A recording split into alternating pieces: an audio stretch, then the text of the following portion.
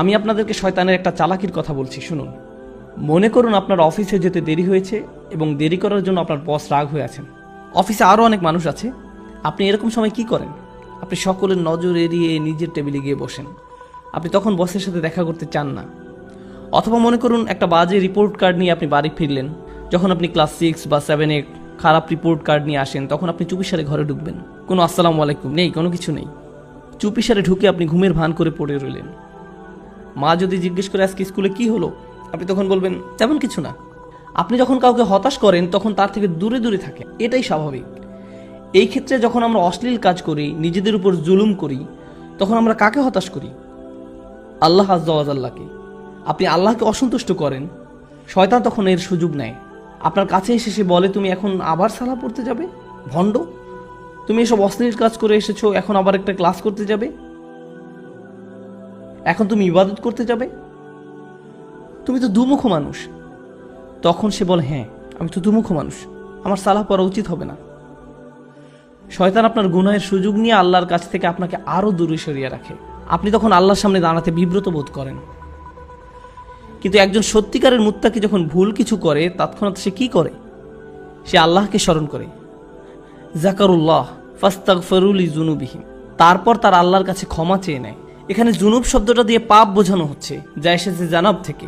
জানাব দিয়ে মূলত বোঝানো হয় এমন একটা পাপ যার কারণে আপনি অসম্মানিত বোধ করেন, এমন কোনো কাজ যার কারণে আপনি লজ্জিত, বিব্রত, আর তারা আল্লাহর কাছে ক্ষমা প্রার্থনা করে তাদের কৃত লজ্জাজনক কাজ থেকে। ওয়া ইয়াগফিরুয যুনুবা ইল্লাল্লাহ, আল্লাহ ছাড়া আর কে গুনাহ ক্ষমা করতে পারেন? আপনি আর কার কাছে যাবেন? কোথায় যাবেন? আল্লাহ ছাড়া আর কে জানে আপনি আর আমি কি কি ভুল করেছি? আমাদের গুনাহের খাতায় বহু জিনিস আছে যা আল্লাহ প্রকাশ করেননি, শুধু আল্লাহই সেসব জানেন। সেসবের জন্য আল্লাহর কাছে আমাদের ক্ষমা চাইতে হবে। জান্নাতে যারা যাবে তাদের বর্ণনায় যেসব বৈশিষ্ট্য এসেছে তার মাঝে এটাই প্রধান বৈশিষ্ট্য। উলাইকা লাহুম জান্নাতুন তাজরি মিন তাহতিহাল আনহারু খালিদিনা ফিহা, তাদের জন্য প্রতিদান হলো তাদের পালনকর্তার পক্ষ থেকে ক্ষমা এবং জান্নাত, যার তলদেশে প্রবাহিত হচ্ছে প্রস্রবণ। এখানে যে শেষ কথাটি আপনাদের আমি বলবো, আমার ফ্যামিলির সাথে একবার শপিং মলে গিয়েছিলাম। সেখানে এক মা তার ছেলেকে ভীষণ বকা দিচ্ছিলেন, আর ছেলেটা চিৎকার করে কাঁদছিল। মা ছেলেকে কষে একটা চড়ও বসিয়ে দিল। কিন্তু আপনি জানেন বাচ্চাটা তারপরও কার কাছে গেল? এরপরও বাচ্চাটা মাকেই ধরে রইল, তার মাকে ছাড়ছে না। চারপাশে সব কিম্ভূত কিমাকার বিশাল বিশাল অচেনা মানুষ, সে তাদের কাছে যেতে চায় না।